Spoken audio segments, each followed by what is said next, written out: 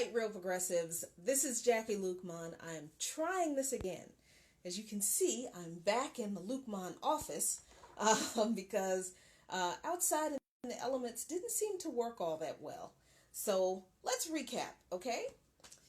So I was talking before about these ridiculous little controversies that have been brewing from the Democrats about Bernie Sanders and about Jill Stein over the past week or so.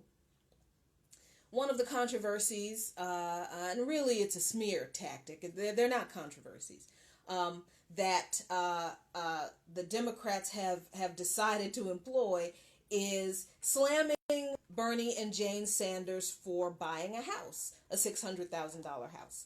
I don't know what the big deal is. Like I said, I live in Southeast DC, one of the poorest area of this city. Hi, Susie. Predominantly black area of this city. 2 blocks from here, they're building houses, single family homes for $500,000. So what? They bought a $600,000 house, but as if you had paid attention to the facts, you would know that this was not a situation where that should cause any concern. Jane Sanders' mother died, left them the family home that I understand they never had a chance to visit, and they finally had an opportunity to sell the family home that was left to Jane Sanders and use the proceeds from selling that house to buy their $600,000 home. Why is this a controversy? Why is this a big deal? Why is this a big deal to anybody? The only reason the Democrats are making an issue out of this is because they're deflecting from some other things. So of course they're calling Sanders. They're saying, "Oh, well, I guess he's not a democratic socialist." Yeah, they wouldn't recognize the word Democrat in front of the socialist part because they're not really Democrats. They don't recognize anything democratic anymore. Good afternoon, Megan. And Peggy Lankford said, "Hello, sweetie. Hi. I'm so sick of hearing about that house when the Hillary Foundation collected $3 billion from it. It's just amazing to me. It's amazing to me, too." Not to mention the fact that the Democrats, Clinton supporters, are making a big to-do about this $600,000 house when Hillary Clinton paid, what, $10 million for Chelsea Clinton's house? Come on, stop. Stop that. Ridiculous garbage. But because it is ridiculous garbage, that is the only time I'm going to spend on it. That's all you need to know about that mess. That it's foolishness, that it's manufactured controversy. It's not a controversy. It's a distraction. The other distraction is the smear tactic against Dr. Stein. We posted an article from The Intercept that actually talked about the Democrats' history, long history of these kinds of nasty smear tactics against their opponents.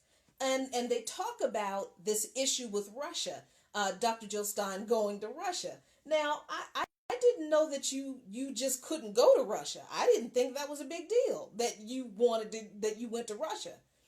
And if you intend to be anybody's head of state, shouldn't you kind of visit other places that you're eventually going to be having some kind of negotiations with?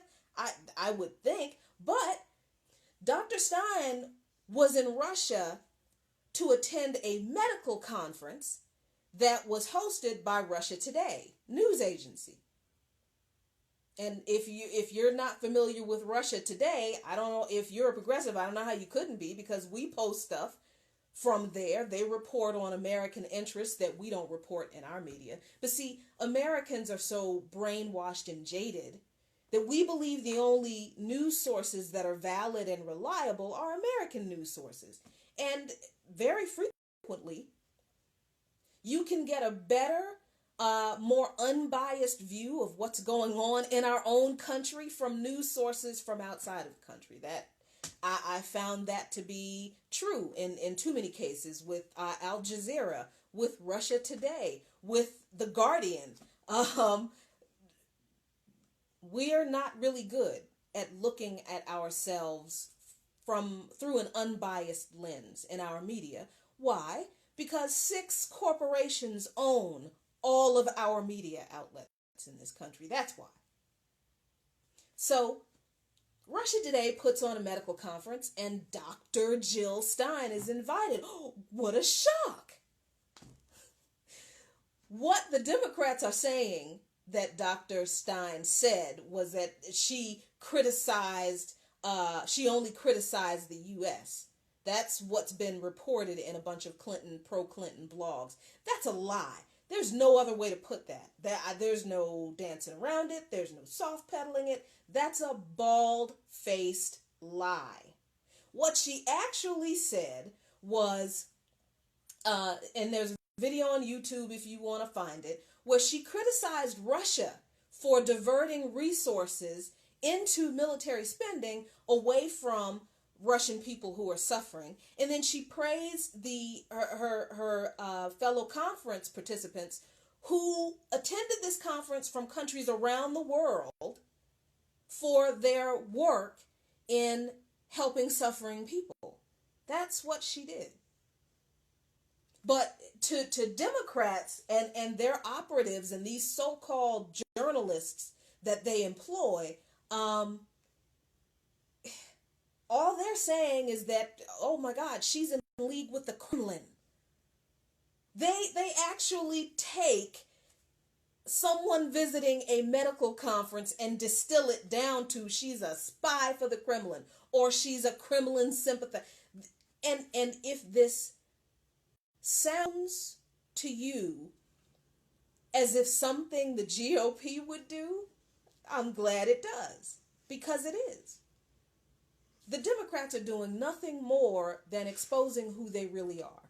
All they are these days are Republican light.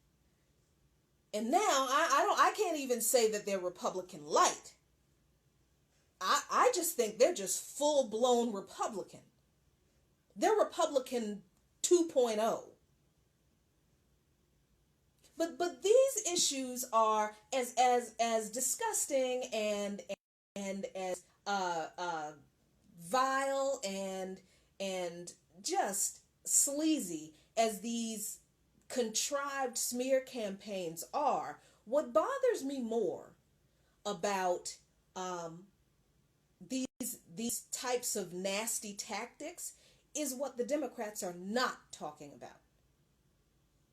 Because, see, they're not talking about the DOJ report about the Baltimore Police Department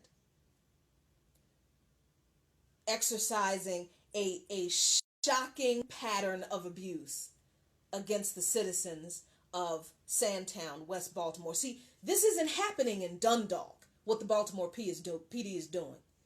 They're not doing this in Dundalk. They're not doing this in Ellicott City. They're not doing this in Anne Arundel. I think that's still Baltimore County. I'm not sure. But they're doing this 45 minutes away from where we live in the poor black section of Baltimore that is West Baltimore. That is where Freddie Gray lost his life.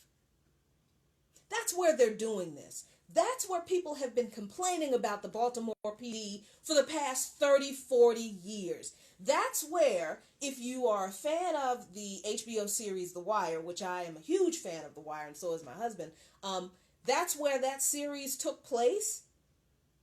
And if you thought it was all fiction, you're wrong. That series was based on actual events, actual people, things that people actually did and went through. I need you to look up the Baltimore Sun's investigation into undue force that was